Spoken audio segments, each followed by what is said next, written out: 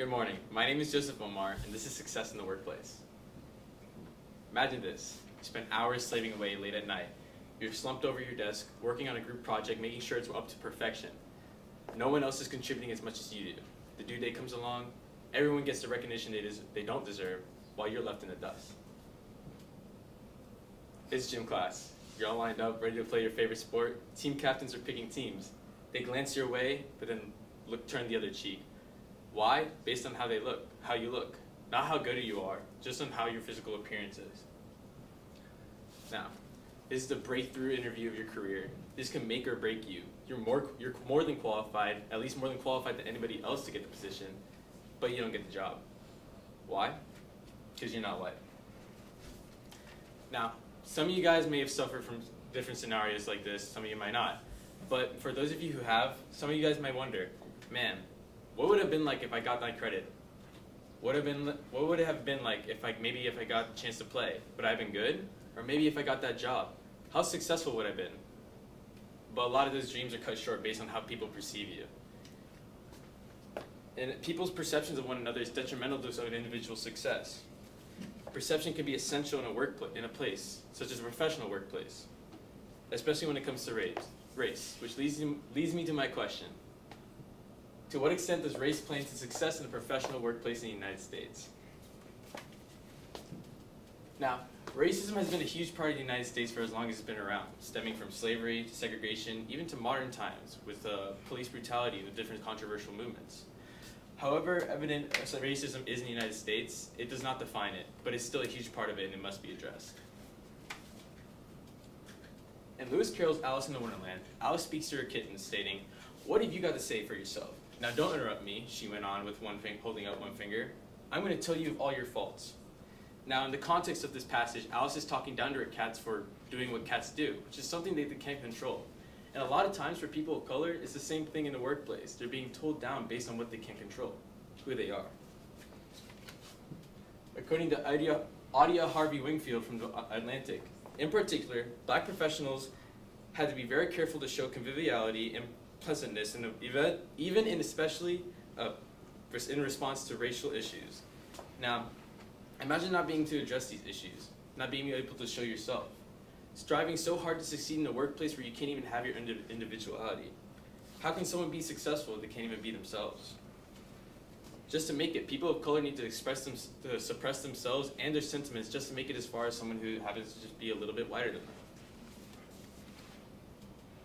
Now, when it comes to success in a workplace, it differs from race to race. Someone who's of a fairer skin tone or from a different background might not have to suffer the same things as other people who suffer from racial bias. As shown here, someone of a lighter skin color can just hop over that bias, while people who are from a darker skin tone might have to climb over it. They might have to work just a little bit harder than those who are white, just to get the same opportunities as those in the workplace. It was shown by Derek Thompson from The Atlantic that 15% of Hispanics have to work just a little bit hard. 15% of Hispanics have to work harder than Caucasians in the workforce just to get the same opportunities as them.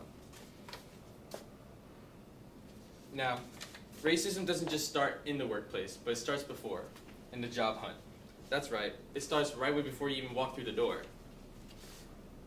According to Brett Aaron, several professors from the University of Wisconsin, Pennsylvania, Auburn University sent out an experiment of 9,400 fake resumes, sending them to different workplaces.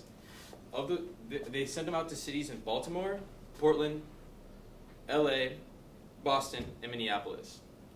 Of those 9,400 resumes, people with white-sounding names were 18% more likely to get a call back and to be invited for an interview, while African Americans were 16% less likely to get an interview. Why? Just based on how their name sounds, not because of any of their credentials or who they are. And how can one even succeed in the workplace if they're not even given the opportunity to be let into the workplace? All because of their name? With limited opportunities, minorities tend to struggle more than people who aren't minorities. As shown here by the American Sociological Association, different minorities usually have to double the unemployment rate as white males or white females. This is because of the fact they're given less opportunities to succeed in the workplace and being held back, but just based on the color of their skin. Now, Race in the workplace has been shown to be detrimental to the success of many people. Many people propose solutions such as laws, but those laws are already in effect. Bosses can dismiss those just as easily by saying, oh, they don't put in enough work. Oh, I just don't like them. Or, oh, this one's a lot better. With those laws in place and still a huge amount of racism in the workplace, the solution isn't in laws, it's in you.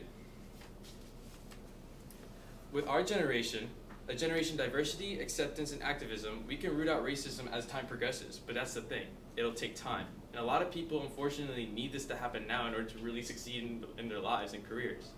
But with time and with a generation like ours, I feel like we can truly succeed in rooting out racism in the workplace. Thank you.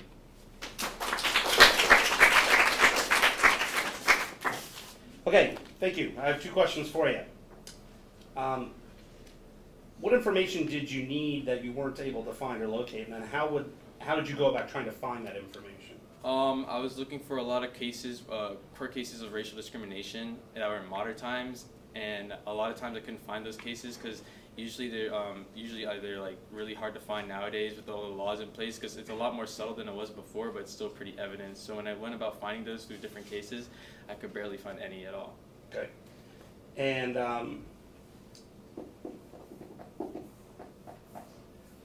what might be a real-world implications or consequences of these findings? Well, with these findings, people who happen to suffer from racial bias in the workplace might actually be cut short when they're applying for a new job, which could really hold them back, especially if they are struggling and really trying to get that job or the career started.